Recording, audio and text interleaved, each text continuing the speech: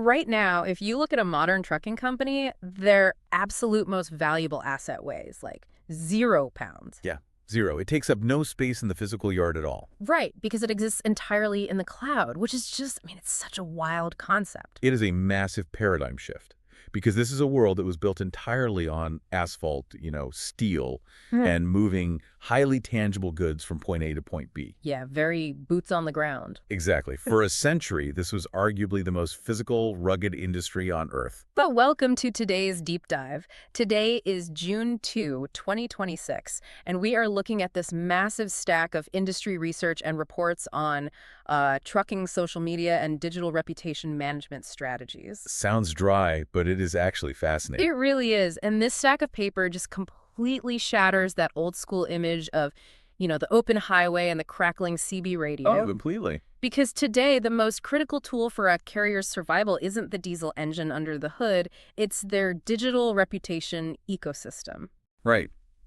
A traditionally blue-collar industry has essentially transformed into a masterclass in digital trust. Yeah. It's no longer just some fun marketing experiment where a trucking executive wakes up and says, well, let's see what this TikTok thing is all about. No, it's literal life or death for the business. And our mission today is to figure out how a rugged industry made that leap, and more importantly, whether you're listening on your commute, at your desk, or in your own truck right now, what you can learn from them about building actual bulletproof trust online. Because the lessons here apply everywhere. Definitely. Okay, let's unpack this, because to understand the shift, we really have to look at the sheer panic that forced it to happen. We are talking about a human resources crisis of just epic proportions. Pure existential necessity. I mean, the industry has been facing a severe driver shortage for a while now. Right. Operating costs are rapidly rising, and the math simply isn't mathing for a lot of these companies. To give you a sense of the scale, 80% of carriers report a severe lack of qualified applicants. Wait, 80%? 80%. 8 out of 10. I just want to pause on that number. Because if you are running a business and 8 out of 10 of your peers cannot find people who actually know how to do the job, that's a structural breakdown. It's a complete nightmare. But here is the stat that makes it even crazier. At the exact same time they can't find qualified people, 67% of these carriers expect to actually grow their fleets over the next 12 months. Right. They are projecting growth while simultaneously facing a 55% churn rate. Jeez. 55%. Yeah, more than half the carriers cite driver turnover as a major ongoing challenge that just drains their resources daily. Think about that from the listener's perspective for a second. Imagine if you walked into your office tomorrow and you knew that over half of your coworkers were going to turn over this year. It's completely destabilizing. It is. And then you read the wildest stat in this whole report. Right now, 46.8% of the drivers currently working are actively looking for new jobs. Nearly half the workforce has 1 foot out the door, Yeah, it's the highest rate in 3 years. which creates this incredibly volatile, hyper-competitive labor market. The power dynamic is completely inverted. Right. It's like the world's highest stakes game of musical chairs. That's a good way to put it. You have this massive pool of drivers continuously circling, looking for a better seat, better pay, better routes.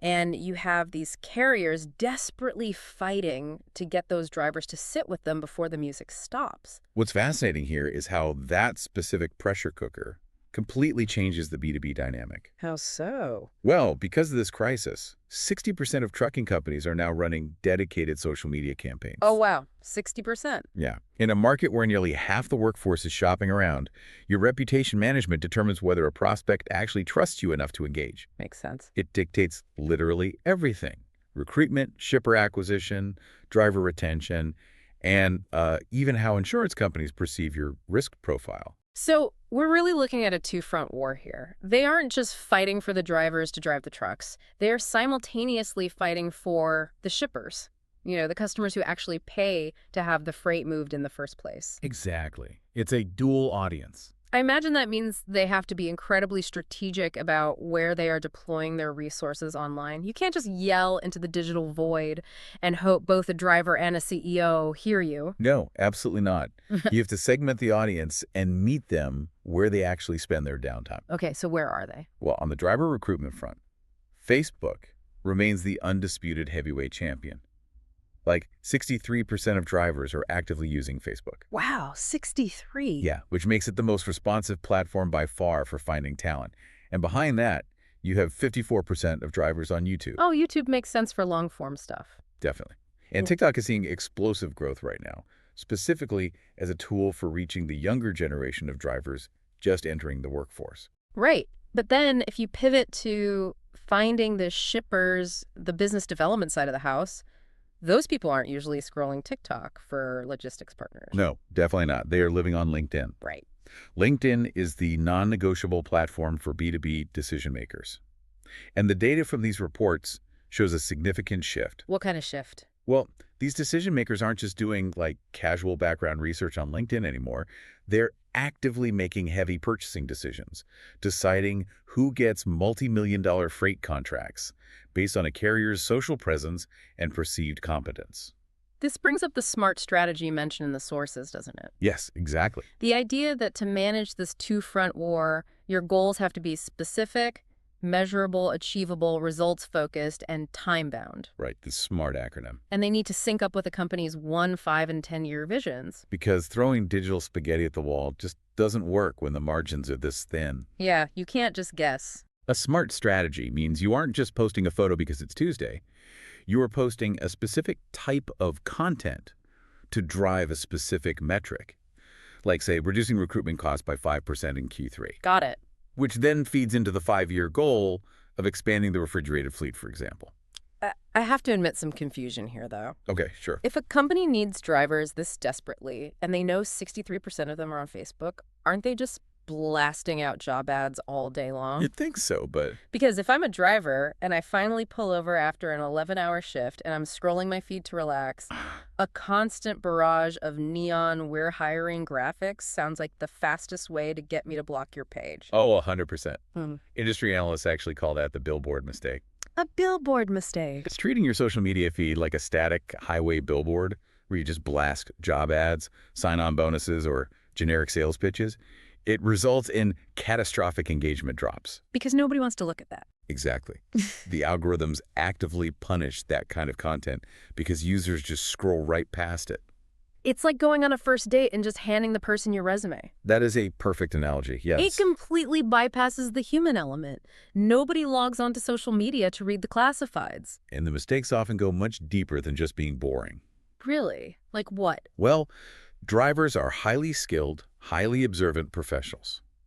If a carrier uses staged stock photography like a pristine, perfectly clean truck with a model who clearly doesn't know how to hold a steering wheel, Oh, no. yeah, the real drivers spot the inauthenticity instantly. It becomes a huge joke in the comments section. And I imagine if you overpromise in those ads, it gets even worse. Oh, yeah. If a company posts an ad boasting about, top-tier pay, but the current drivers in the fleet know the reality involves hidden fees or terrible dispatchers, they will absolutely correct the record in the comments. Ouch.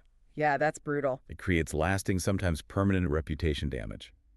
In an industry this connected, the truth travels much faster than the marketing. So, if treating your social feed like a billboard is a fast track to algorithmic death and a ruined reputation, what is the alternative? How does a corporate entity build genuine trust with a highly skeptical audience of professional drivers? The industry reports point to something called the authenticity engine. The authenticity engine. And the primary fuel for that engine is educational content, leaning heavily away from promotional content. So teaching instead of selling. Exactly. Providing actual, tangible value wins the long game every single time. Instead of a graphic saying, come drive for us, the smartest carriers are posting detailed breakdowns of ELD compliance. And just to clarify for the listener, ELD is the electronic logging device that tracks their driving hours? Correct. Or they're having their safety directors explain the nuances of hours of service regulations on camera. Oh, that's smart. They're posting practical tips on maximizing fuel efficiency, advanced winter driving techniques, or even the proper physical mechanics for securing complex cargo on a flatbed. Wow. They are essentially proving their expertise by giving it away for free. Yes. And they pair that education with a transparent look at the reality of the job.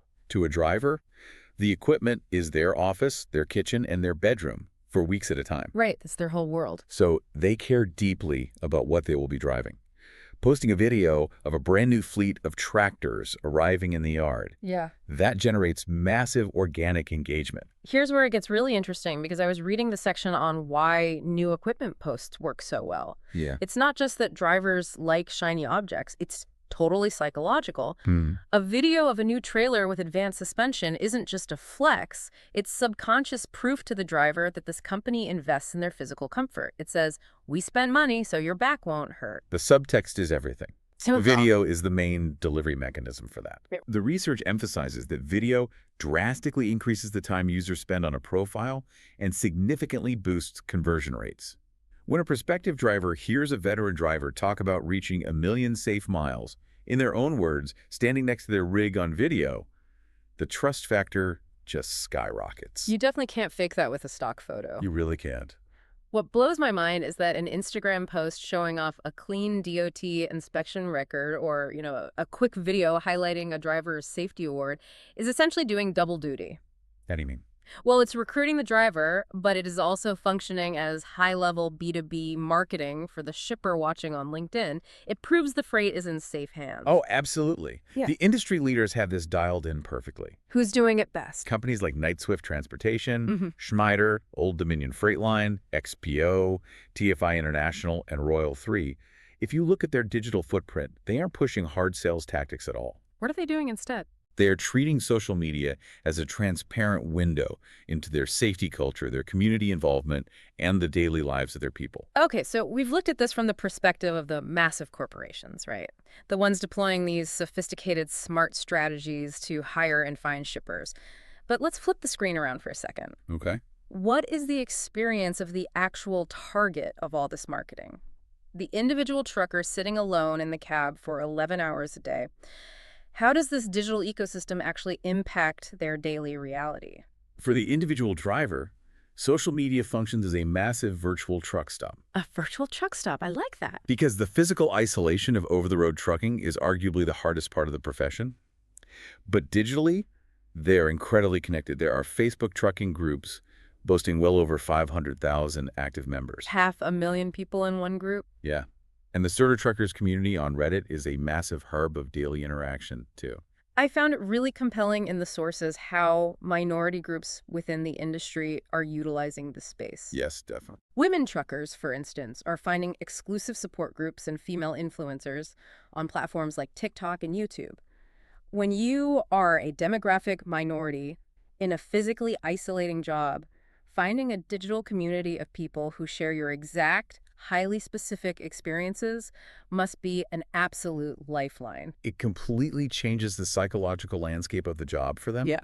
But beyond the emotional support, this virtual truck stop is highly tactical. Meaning they use it for work. Yeah, is where they exchange vital route intelligence. They're crowdsourcing real-time construction alerts that haven't hit the official maps yet. Oh, wow. They're diagnosing tricky mechanical issues together. They were sharing safe parking information, which, by the way, is a critical daily stressor in trucking right now.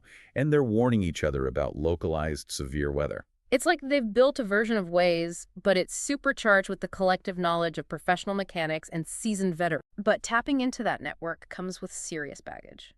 The sources highlight that navigating this space is like walking through a digital minefield while simultaneously driving a physical 18-wheeler. It's extremely risky. You desperately need that route intelligence. But if you step on one of those mines, the consequences are severe. Because the digital dangers manifest as very real physical dangers.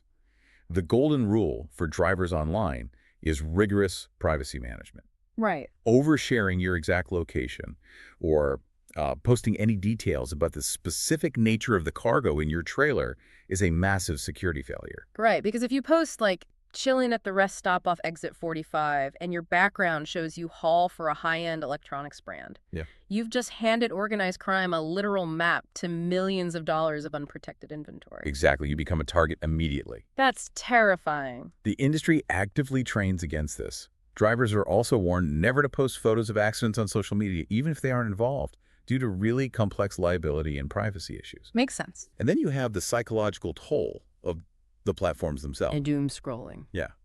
Social media naturally amplifies the loudest, most negative, most cynical voices. It can quickly devolve into a negativity echo chamber.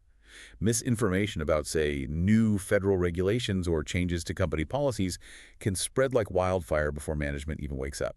Wait, that brings up something I wanted to ask about. The sources mentioned how quickly a company can find itself in a crisis if their CSA score slips. What exactly is a CSA score? I know the FMCSA is the federal regulatory body, but what does that specific score measure and why does social media care? This raises an important question, actually. CSA stands for Compliance, Safety, Accountability. Think of it as a public credit score for a trucking company's safety record. Okay, a public credit score? Yeah, it tracks crashes, driver fitness, vehicle maintenance, and hours of service compliance. Got it. If a carrier's CSA score hits a certain threshold, typically around that 65 to 80% mark, it triggers federal interventions. But more importantly for our discussion, it is public data. Hmm. So if that safety data is public and a company has a minor slip up or a serious accident, how vulnerable are they to a sudden digital crisis? Incredibly vulnerable. If a carrier has an incident on a Saturday night and a video gets posted to a Facebook group of 500,000 drivers, the narrative is formed instantly. Before the company can even draft a statement. Exactly. Because social media runs 24 hours a day, a company's crisis response must be immediate. They cannot wait until Monday morning at 9 a.m. to issue a press release. If they do, they've already lost the war. The digital public has already convicted them. Yes. That is genuinely terrifying for anyone working in brand management. The speed at which you can lose a decade of trust is staggering. It's ruthless. So knowing the stakes are this high, the margins are this thin, and the risks are this severe, where is all of this heading? As we look out from 2026 toward the end of the decade, what is the future of digital trust in this space? The most successful carriers of the future are completely abandoning manual monitoring. They are entering the realm of AI-powered social listening. AI social listening. Yeah. They are deploying advanced tools to automatically track thousands of industry hashtags, monitor mentions of their specific executives, and flag potential safety incidents or brewing driver discontent long before it snowballs into a public relations disaster. They are shifting from reactive damage control to proactive reputation shaping. Precisely. And strategically, the boardroom is going to prioritize video-first, driver-generated content. So less corporate gloss. The era of the slick, highly produced corporate marketing video is dying. Carriers will empower their best, most articulate drivers to document their raw, unfiltered days on the road. Because the ultimate takeaway from all this research is a fundamental shift in how business value is measured. Companies that dominate the market tomorrow won't necessarily be the ones with the deepest pockets or the largest physical fleets.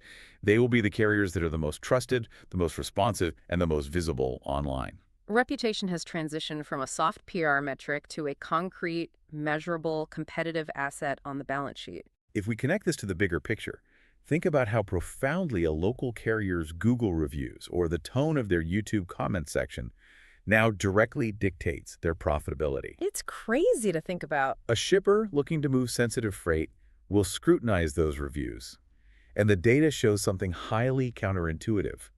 Responding to negative reviews often matters more than having a perfect 5-star rating. Oh, wow. So if someone leaves a terrible review complaining about a late delivery or a rude dispatcher, it's not an automatic death sentence for the company's reputation. Far from it. The magic is in the response. If a company publicly acknowledges the negative review, actively avoids getting defensive, and clearly explains the specific corrective actions they took to ensure it never happens again, that level of transparency is incredibly powerful. They can see that. To a prospective driver or a potential shipper reading that exchange, seeing a company handle public criticism professionally actually builds more trust than a sterilized page with 0 complaints. It proves they're human, and it proves they care. So what does this all mean? It means that whether you are hauling 50,000 pounds of refrigerated freight across the Rocky Mountains or you are running a local graphic design firm, ignoring your online reputation is basically leaving your front door wide open for the competition to walk in and take your clients. Exactly. You can't just put your head down and rely on the quality of your physical work anymore. You really can't. The digital shadow of your business is often the first and sometimes the absolute only thing a potential employee or customer will ever interact with. Right. If that shadow doesn't reflect authenticity, immediate responsiveness, and professional competence, they won't call to ask for clarification.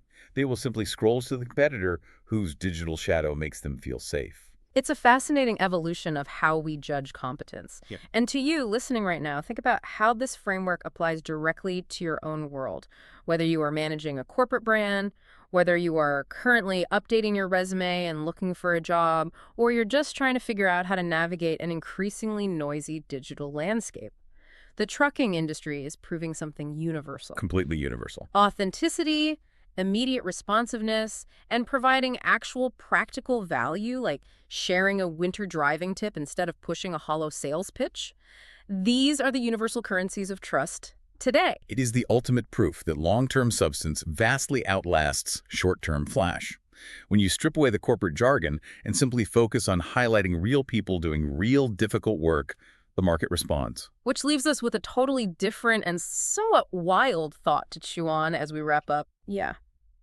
We've spent this whole time talking about how human drivers build trust with human shippers using social media. But looking ahead, as autonomous trucking technology and AI navigation systems eventually become more integrated into the industry, how will this reputation ecosystem pivot?